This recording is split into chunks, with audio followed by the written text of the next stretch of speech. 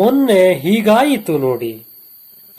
ನಮ್ಮೂರ ಕೃಷ್ಣ ಭಟ್ಟರ ಮಗ ಗೋಪಿ ಬೆಳಗಾಗೆದ್ದು ಹಾಸಿಗೆಯಲ್ಲಿ ಅಂಗೈ ನೋಡಿ, ಕರಾಗ್ರೆ ವಸತಿ ಲಕ್ಷ್ಮಿ ಕರಮಧ್ಯೆ ಜನಾರ್ದನ ಎಂದು ಸರಾಗ ಬೇಸೂರು ಬಿಚ್ಚುತ್ತಿದ್ದ ಹಾಗೆ ಕೊಟ್ಟಿಗೆಯಲ್ಲಿ ಲಕ್ಷ್ಮಿ ಕೆಂದೆತ್ತಿನ ಗಂಗೆ ದೊಗಲಿನ ಉಣ್ಣೆಗಳನ್ನೊಂದೊಂದಾಗಿ ಚಿವುಟಿ ಉದುರಿಸುವ ಕಾಯದಲ್ಲಿ ಗರ್ಕಾಕಿ ಸೀತೊಡ್ತಿ ಗೋಮಯ ಚೆಲ್ಲಿ ಹೋದದ್ದನ್ನು ಸರಾಗ ಬೇಸೂರು ಬಿಚ್ಚುತ್ತಿದ್ದ ಹಾಗೆ ಕೊಟ್ಟಿಗೆಯಲ್ಲಿ ಲಕ್ಷ್ಮಿ ಕೆಂದೆತ್ತಿನ ಗಂಗೆ ದೊಗಲಿನ ಉಣ್ಣೆಗಳನ್ನೊಂದೊಂದಾಗಿ ಚಿವುಟಿ ಉದುರಿಸುವ ಕಾಯದಲ್ಲಿ ಗರ್ಕಾಕಿ ಸೀತೊಡ್ತಿ ಗೋಮಯ ಚೆಲ್ಲಿ ಹೋದದ್ದನ್ನೂ ಮರೆತು ಮೆಲ್ಲ ಮೆಲುದನಿಯಲ್ಲುಲಿದಾಗ ಕತ್ತಲೆಯ ಮೂಲೆಯಲ್ಲಿ ಬಾವುಲಿ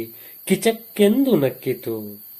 ನಾಗ ಸಂಪಿಗೆ ಮರದಡಿಯಿಂದ ಕೆರೆಗೆ ನಡೆದ ಗೋಪಿ ಉಹುಹುಹೂ ಎಂದು 3 ಮುಳುಗು ಹೊಡೆದ. ಬೆನ್ನುರಿಯಲ್ಲಿ ತುರಿಕೆ ಎದ್ದಂತಾಗಿ ಜನಿವಾರವನ್ನೆರಡು ಕೈಲಿಡಿದು ಗಸಗಸ ತಿಕ್ಕಿ, ಬೆನ್ನುರಿಯಲ್ಲಿ ತುರಿಕೆ ಎದ್ದಂತಾಗಿ ಜನಿವಾರವನ್ನೆರಡು ಕೈಯಲ್ಲಿಡಿದು ಗಸಗಸ ತಿಕ್ಕಿ, ಒದ್ದೆ ಕೋಮಣದಲ್ಲೇ ದೇವರ ಕೋಣೆಯ ಮಂದಾರ ಪೀಠದ ಎದುರು ಪದ್ಮಾಸನದಲ್ಲಿ 3 ಬಲಿದು ಕೇಶವಾನಂತ ಗೋವಿಂದಾಯ ಕೇಶವಾನಂತ ಗೋವಿಂದಾಯ ಕೇಶವಾನಂತ ಗೋವಿಂದಾಯ ಗಂಟೆ ಬಡಿದ. ಸೀತಾಯಣದ ಪೋಲಂಕಿ ಹಿಂದೂ ಸಂಸ್ಕೃತಿಗಪಚಾರ ಮಾಡಿದರೆಂದು ತುಂಡುಗುಪ್ಪು ಹೊಡೆದ ಸಾಹಸವನ್ನು ಸಾಭಿನಯವಾಗಿ ಅಪ್ಪಯ್ಯಂಗೆ ವರ್ಣಿಸಿ, ಲಕ್ಷ್ಮಿ ತೆರಕಿನ ಕಲ್ಲು ಹಿಡಿದು ಬೇಣಕ್ಕೆ ಹೊರಟದ್ದ ಕಂಡು ನೇವಾಳ ಸಡಿಲಿಸಿ ತೋಟದ ಸಂದಿ ಇಳಿಜಾರಿನಲ್ಲಿ ಮರೆಯಾದ. ಸೀತಾಯಣದ ಪೋಲಂಕಿ ಹಿಂದೂ ಸಂಸ್ಕೃತಿಗಪಚಾರ ಮಾಡಿದರೆಂದು ತುಂಡುಗುಪ್ಪು ಹೊಡೆದ ಸಾಹಸವನ್ನು ಸಾಭಿನಯವಾಗಿ ಅಪ್ಪಯ್ಯಂಗೆ ವರ್ಣಿಸಿ, ಲಕ್ಷ್ಮಿ ತೆರಕಿನ ಕಲ್ಲು ಹಿಡಿದು ಬೇಣಕ್ಕೆ ಹೊರಟದ್ದ ಕಂಡು ನೇವಾಳ ಸಡಿಲಿಸಿ ತೋಟದ ಸಂದಿ ಇಳಿಜಾರಿನಲ್ಲಿ ಮರೆಯಾದ. ಮತ್ತೆ ಹೊತ್ತು ಮಾರುದ್ದ ಬಂದಾಗ ಊಟಕ್ಕೆ ಕುಂತು ಹುಳಿಗೆ ಖಾರ ಸಾಕಾಯ್ದಿಲ್ಲೇ ಎಂದು ಬಡಿಸಲು ಬಂದ ಹೆಂಡತಿಯ ಮುಡಿ ಹಿಡಿದು ಹಡಬೆರಂಡೆ ಹಾಳಾಗಿ ಹೋಗು ಎನ್ನುತ್ತ ಬಡಿದೇ ಬಡಿದ. ಆ ಪೋಷನ ತಕ್ಕಂಡು ಕವಳ ಜಗಿದ. ಹೆಂಡತಿಯ ಮುಡಿ ಹಿಡಿದು ಹಡಬೆರಂಡೆ ಹಾಳಾಗಿ ಹೋಗು ಎನ್ನುತ್ತಾ ಬಡಿದೇ ಬಡಿದ. ಆ ಪೋಷನ ತಕ್ಕಂಡು ಕವಳ ಜಗಿದ.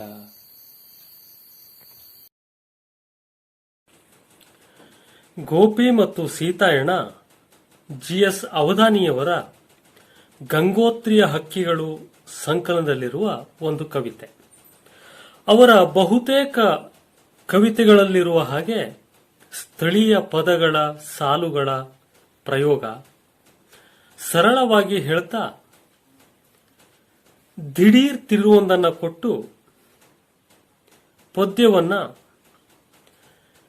ಮತ್ತೊಮ್ಮೆ ಓದಬೇಕೆನಿಸುವಂತಹ ಗುಣ ಈ ಕವಿತೆಯಲ್ಲೂ ಇದೆ. ಹಾಗೆ ಕವಿತೆ ಒಂದು ತೀರ್ಮಾನವನ್ನೇನು ನೀಡದೆ ನಮ್ಮೊಳಗೆ ನಾವು ಯೋಚಿಸುವಂತೆ ಕಥಾನಕವೊಂದನ್ನ ದೃಶ್ಯವೊಂದನ್ನ ನಮ್ಮೊಳಗೆ ನಾವು ಕಟ್ಟಿಕೊಳ್ಳುವಂತೆ ಮಾಡ್ತದೆ. ಮೊನ್ನೆ ಹೀಗಾಯಿತು ನೋಡಿ ಎಂಬ ಸರಳ ಸಾಲುಗಳೊಂದಿಗೆ ಶುರುವಾಗುವ ಕವಿತೆ ಆಚೆ ಮೊನ್ನೆ, ನಿನ್ನೆ ಮತ್ತು ಇಂದೂ ಕೂಡ ಪರೋಕ್ಷವಾಗಿ ಹೀಗೆಯೇ ಆಗ್ತಾ ಇರೋದನ್ನ ಹೇಳ್ತದೆ. ಕರಾಗ್ರೆ ವಸತಿ ಲಕ್ಷ್ಮಿ ಕರಮಧ್ಯೆ ಜನಾರ್ದನ ಎಂಬ ಸಾಲುಗಳ ಜೊತೆ ನಾವು ಅಹಲ್ಯಾದ್ರೌಪತಾ ಸೀತಾ ತಾರಾ ಮಂಡೋದರಿ ಪಂಚಕನ್ಯಾ ಸ್ಮರೆ ನಿತ್ಯಂ ಮಹಾಪಾತಕ ವಿನಾಶನಂ ಎಂಬ ಸಾಲುಗಳನ್ನು ಕೂಡ ನೆನಪಿಸ್ಕೊಳ್ಬಹುದು, ಸೇರಿಸ್ಕೊಳ್ಬಹುದು.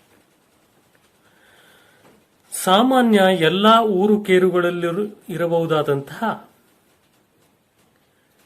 ಗೋಪಿ ಮತ್ತು ಅವನ ದಿನಚರಿ ತೆರೆದುಕೊಳ್ತಾ ಹೋದಂತೆ ಕಾಣಿಸಿ ಲಕ್ಷ್ಮಿ ಎಂಬ ಒಂದು ಸುಳಿವು ನಡುವೆ ಬಂದು ಮರೆಯಾಗ್ತದೆ. ಮರೆತು ಮೆಲುದನಿಯಲ್ಲುಲಿದಾಗ ಕತ್ತಲೆಯ ಮೂಲೆಯಲ್ಲಿ ಬಾವುಲಿ ಕಿಚಕ್ಕೆಂದು ನಕ್ಕಿತು.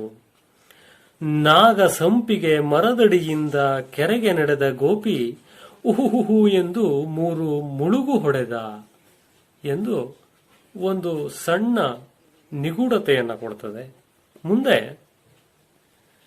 ಸಂಪ್ರದಾಯಸ್ಥ ಬ್ರಾಹ್ಮಣ ಕುಟುಂಬದವನಾದಂತಹ ಗೋಪಿಯ ಧಾರ್ಮಿಕ ನಿತ್ಯ ಕರ್ಮಗಳು ತೆರೆದುಕೊಳ್ಳುತ್ತವೆ. ನಂತರ ಆತ ಅವನ ಅಪ್ಪನಿಗೆ ಹೇಳುವಂತಹ ತುಂಡುಗುಪ್ಪು ಹೊಡೆದು ಹೇಳುವಂತಹ ಒಂದು ಸನ್ನಿವೇಶ, ಸೀತಾಯಣದ ಪೋಲಂಕಿ ಹಿಂದೂ ಸಂಸ್ಕೃತಿಗೆ ಅಪಚಾರ ಮಾಡಿದರೆಂದು ಅವರನ್ನ ವಿರೋಧಿಸಿದಂತ ಪ್ರಸ್ತಾಪ. ನಾನು ಅಂದ್ಕೊಂಡಂಗೆ ಪ್ರೊಫೆಸರ್ ಪೋಲಂಕಿ ರಾಮಮೂರ್ತಿ ಅವರ ಸೀತಾಯಣದ ವಿಚಾರ ಇದು ಸ್ವಲ್ಪ ಸಾಮಾನ್ಯ ಓದಿನಿಂದ ಹೊರಗೆ ಚಾಚಿಕೊಡುವಂತಹದ್ದು. ಪೋಲಂಕಿ ರಾಮಮೂರ್ತಿಯವರು ರಾಮಾಯಣವನ್ನ, ಅದು ರಾಮಾಯಣ ಅಲ್ಲ ಸೀತಾಯಣ,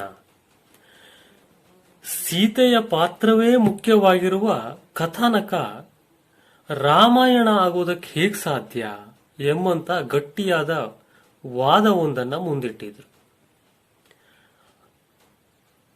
ಅಲ್ಲದೆ ನನಗೆ ಪೂರ್ತಿ ಮಾಹಿತಿ ಇಲ್ಲ, ನಾನು ಓದಿಲ್ಲ. ಪೋಲಂಕಿ ರಾಮಮೂರ್ತಿಯವರಿಂದ ರಚಿಸಲ್ಪಟ್ಟ ಸೀತಾಯಣ ಎಂಬ ಒಂದು ಕೃತಿಯು ಬಂದಿದೆ ಅಂತ ಎಲ್ಲೋ ಓದಿದ ಕೇಳಿದ ನೆನಪು. ಒಟ್ಟಾರೆ ಹೀಗೆ ತನ್ನ ಪುರಾಣ ಧಾರ್ಮಿಕತೆಯ ಬಗ್ಗೆ ಅತೀವ ಶ್ರದ್ಧೆ ಉಳ್ಳವನಾಗಿ ಬಿಂಬಿತನಾಗ್ತಾ ಹೋಗೋ ಗೋಪಿ ಸೀತೆಯ ಆರಾಧನೆಯನ್ನಿಟ್ಟುಕೊಂಡೇ ನಿಧಾನವಾಗಿ ಲಕ್ಷ್ಮಿಯನ್ನ ಹಿಂಬಾಲಿಸಿ ಹೋಗುವ ಸಂಕೇತದೊಂದಿಗೆ ನಮ್ಮಲ್ಲಿ ಒಂದಷ್ಟು ಅನುಮಾನಗಳು ಹುಟ್ಟಿಕೊಳ್ಳುತ್ತವೆ. ಕವಿತೆಯ ಕೊನೆಯಲ್ಲಿ ಹುಳಿಗೆ ಖಾರ ಕಮ್ಮಿಯಾಗಿದೆ ಎಂಬ ನೆವದೊಂದಿಗೆ ಹೆಂಡತಿಯ ಮುಡಿ ಹಿಡಿದು ಹಡಬೆರಂಡೆ ಹಾಳಾಗಿ ಹೋಗು ಎನ್ನುತ್ತಾ ಬಡಿದೇ ಬಡಿದ, ಆ ಪೋಷಣ ತಕ್ಕಂಡು ಕವಳ ಜಗಿದ ಎಂಬಲ್ಲಿಗೆ ದಿಢೀರ್ ನಮ್ಮ ಕೆನ್ನೆಗೂ ಒಂದು ಪೆಟ್ಟು ಬಿದ್ದಂತೆನಿಸಿ ಕವಿತೆ ಮುಕ್ತಾಯಗೊಳ್ಳುತ್ತದೆ. ಗೋಪಿ ಯಾರು, ಏನ್ ಕತೆ ಅನ್ನೋದಕ್ಕೆ ಮತ್ತೊಂದ್ಸಲ ಕವಿತೆಯನ್ನ ಓದಬೇಕನ್ನಿಸ್ತದೆ. ಮೇಲ್ನೋಟಕ್ಕೆ ಇದೊಂದು ಸ್ತ್ರೀಪರ ಅಥವಾ ಧಾರ್ಮಿಕ ಡಾಂಬಿಕತೆಯನ್ನ ತೋರಿಸುವ ಕವಿತೆ ಅಂತ ಹೇಳಿಬಿಡಬಹುದಾದ್ರೂ ಕವಿತೆ ಅದನ್ನ ಘೋಷಿತವಾಗಿ ಹೇಳುವ ಉದ್ದೇಶ ಹೊಂದಿರದೆ ಒಂದು ಸಮುದಾಯದಲ್ಲಿ, ಯಾವುದೇ ಊರಿನಲ್ಲಿ, ಯಾವುದೇ ಮನೆಯಲ್ಲಿ ನಡೆದ ಇಂದಿಗೂ ಕೂಡ ಬೇರೆ ಬೇರೆ ರೀತಿಯಲ್ಲಿ ನಡೆಯುತ್ತಿರುವ ಘಟನೆಗಳ ಸರಳ ಚಿತ್ರವಾಗಿ ಕಾಣ್ತದೆ. ಮೊದಲೇ ಹೇಳಿದ ಹಾಗೆ ಕವಿ ಬಳಸಿರುವ ತನ್ನ ಸಮುದಾಯದ ಗ್ರಾಮ್ಯ ನುಡಿಗಟ್ಟಗಳು, ಆಚರಣೆಗಳು, ಸೂಕ್ಷ್ಮ ವಿವರಗಳು ಈ ಕವಿತೆಯನ್ನ ಯಾರಿಗೂ ಒಪ್ಪಿಕೊಳ್ಳಲೇಬೇಕಾದಂತ ಅನಿವಾರ್ಯತೆಗೆ ತೋರುತ್ತದೆ. ಆ ಕೊನೆಯ ಸಾಲಿನ ಸೂಕ್ಷ್ಮತೆಯನ್ನ ನೋಡಬೇಕು.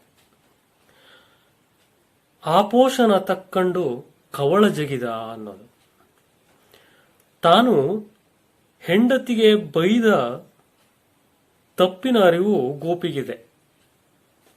ಹಾಗಾಗಿ ಆತ ಮುಖಶುದ್ಧಿಗಾಗಿ ಆಪೋಷಣ ತಕ್ಕೊಂಡು ಕವಳ ಹಾಕ್ತಾನೆ.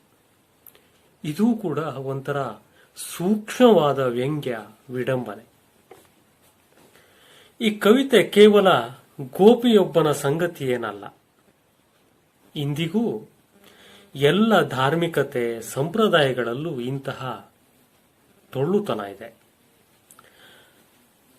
ಅನೇಕರಿಗೆ ರಾಮ ಬೇಕು, ರಾಮನ ಆದರ್ಶ ಬೇಡ.